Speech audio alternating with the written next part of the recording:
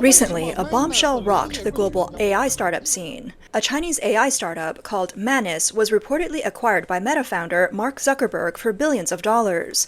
This deal is said to be one of Meta's top 3 acquisitions in history, just behind WhatsApp and Scale AI. What's even more surprising is that in March 2025, Manus' AI product was highly promoted by the Chinese government as the world's first general-purpose AI intelligence, and was featured on the Chinese Communist Party's top propaganda platform, CCTV News. At the same time, Manus' invite codes were being wildly speculated on the market. Driven by this speculative frenzy, the prices of these invite codes skyrocketed, with some even being sold for tens of thousands of RMB on China's popular second-hand trading platform, Xianyu. This hype further amplified Manus' popularity, leading to expectations that were clearly higher than what the company had actually achieved. But just 9 months later, news broke of Manus being acquired. Before this, the company's core team had moved to Singapore, and all its operations in mainland China were shut down. Signs pointed to the company rapidly exiting the Chinese market. On December 29, 2025, Facebook's parent company, Meta, announced it had completed its acquisition of Manus. A Meta spokesperson confirmed that after the acquisition, Manus AI would no longer have any Chinese shareholders and would cease all services and operations in China. This included shutting down its AI assistant and relocating employees to other regions. Meta also confirmed that moving forward, it would continue to impose regional access restrictions on its AI models. According to Nikkei Asia, it is still unclear whether Manus' early Chinese investors, including Zhen Fund, Tencent, and Sequoia Capital, have completely exited. If they have, there's been no public information about when that happened. However, Manus' CEO, Xiao Hong, issued a statement saying that after joining Meta, the company would be able to continue its development on a more stable and long-term basis, with no changes to its original operations or decision-making power. Chinese netizens had mixed reactions. Some openly criticized Manus for completing its promotion and fundraising in China before quickly jumping to a major US tech giant, calling it a classic case of selling out the country. Others thought Xiao Hong's statement seemed restrained and vague, hinting that the move might not have been entirely voluntary and that there might have been more behind the scenes. Amid the controversy and speculation, one crucial question has emerged. Why was Manus acquired by Meta? And why did it exit the Chinese market so swiftly before the deal was even made? Let's first take a look at why Manus was acquired by Meta. Some viewpoints in China suggest that Zuckerberg's acquisition was driven by the United States' fear of China's rise in AI technology. It's thought that through capital acquisitions, the US is attempting to indirectly block and control China's AI progress. But is this really the case? Looking at the global AI landscape, Meta is not in a leading position. It's more of a follower. In key areas like foundational large models, agent architecture, complex reasoning capabilities, and large-scale computing power and scheduling, Meta is clearly behind OpenAI, Google, Anthropic, and even some AI startups. This pressure from the gap in capabilities is why Zuckerberg accelerated Meta's acquisitions. The real goal wasn't to suppress or block competitors, but rather to quickly fill in Meta's own technical gaps and reduce the distance between it and the leaders. In essence, it's more of a defensive expansion, aiming to avoid being left behind by the AI wave. Manus happens to fill this gap. Manus' core competitive edge isn't in its models, computing power, or algorithm breakthroughs. It's more like a project management system, allowing employees to know who does what, in what order, who handles the communication, who executes the task, and how to roll back and deliver results when issues arise. It's not about achieving the ceiling of model intelligence, but rather about capabilities in process orchestration, engineering execution, exception handling, toolchain integration, and product delivery. More engineering and product-focused abilities. For this reason, Manus doesn't have high barrier type technology. It's more about upgraded execution capabilities. Additionally, if the US truly wanted to systemically limit China's AI development, the most effective approach wouldn't be to spend huge amounts of money acquiring companies.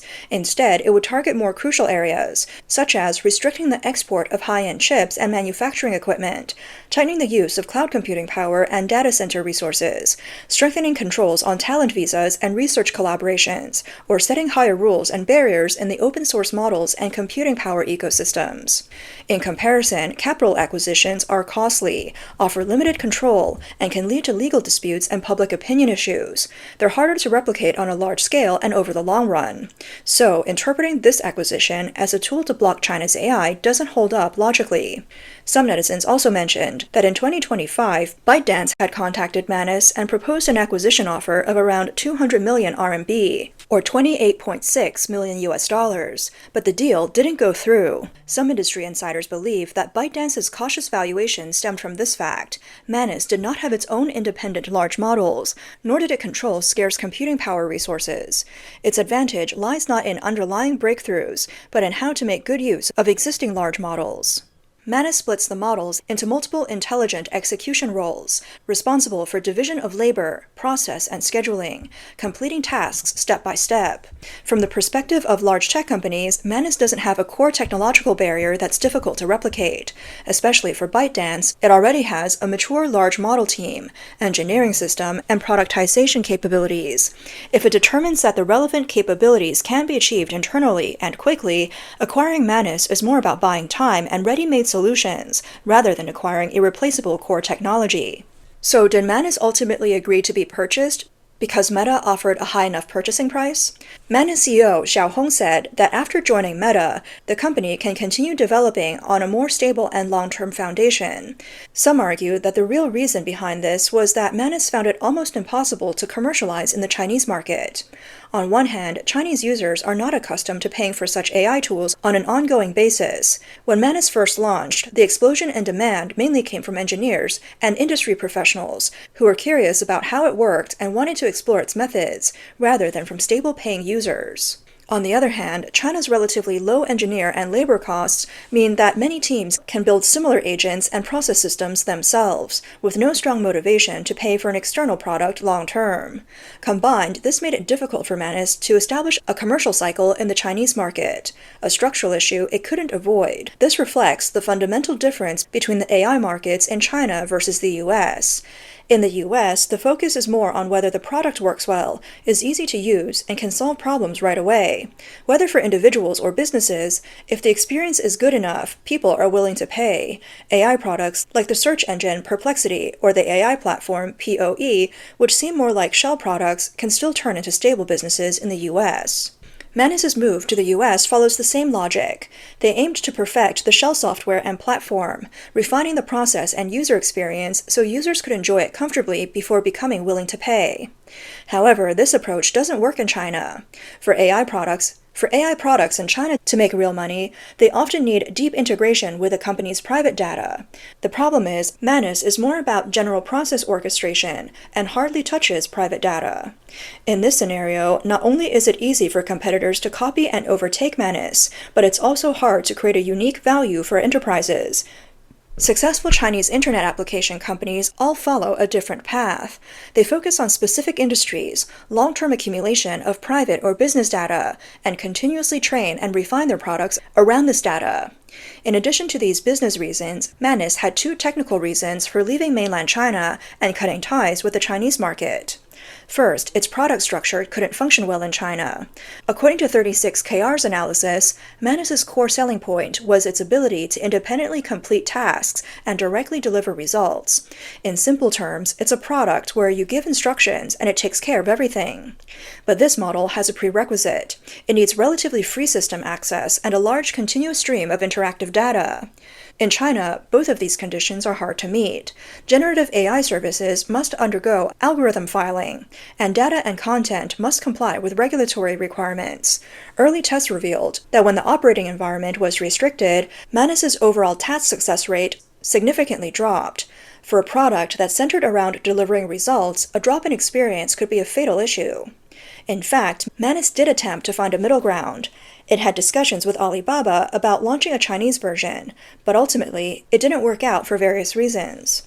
Second, there are the real-world limitations in computing power and the supply chain. Some media have pointed out that due to US restrictions on GPU exports, Manus struggled to obtain NVIDIA's top-tier AI chips, directly slowing down its product iteration speed. The company also mentioned in internal meetings that to more flexibly allocate computing resources and accelerate overseas business expansion, it had to separate its Chinese market from the international one. More importantly, China's geopolitical situation brought additional development pressure to Manus. According to a report from South China Morning Post, a new U.S. regulation that took effect January 2025 requires that any U.S. capital or advanced technology flowing into AI abroad must be reported in advance and undergo a security review. In this context, a $75 million investment led by Benchmark Capital was subjected to the U.S. Treasury's security review process.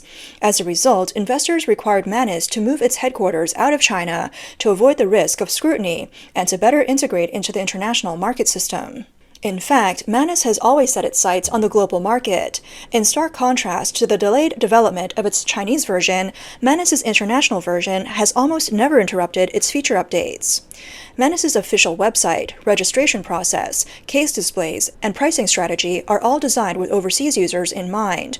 The interface prioritizes English, registration relies on international account systems, and payment methods only support PayPal, rather than Chinese options like WeChat Pay or Alipay. These details suggest that Manus didn't suddenly decide to give up on the Chinese market, but had already followed a highly globalized development path from the outset. Wang Xiuwen, an assistant researcher at the Taiwan National Defense Security Research Institute, stated that Manus provided a clear de-China example for Chinese startups. If the goal is the global market, then companies must separate from the Chinese market early. Otherwise, they should focus on deepening their domestic presence. She pointed out that although the Chinese government frequently portrays grand visions of a digital nation and technological transformation, there has been little real financial support seen on the ground. Without adequate initial investment, many startups simply cannot survive long enough to bring their products to market.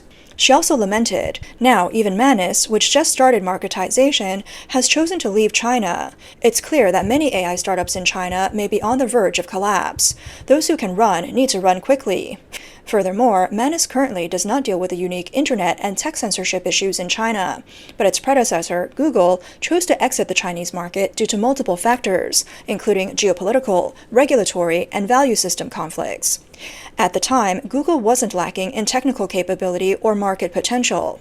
In fact, when it first entered China, it was during a period of rapid growth for search engines, and both its user base and commercial prospects were widely considered promising.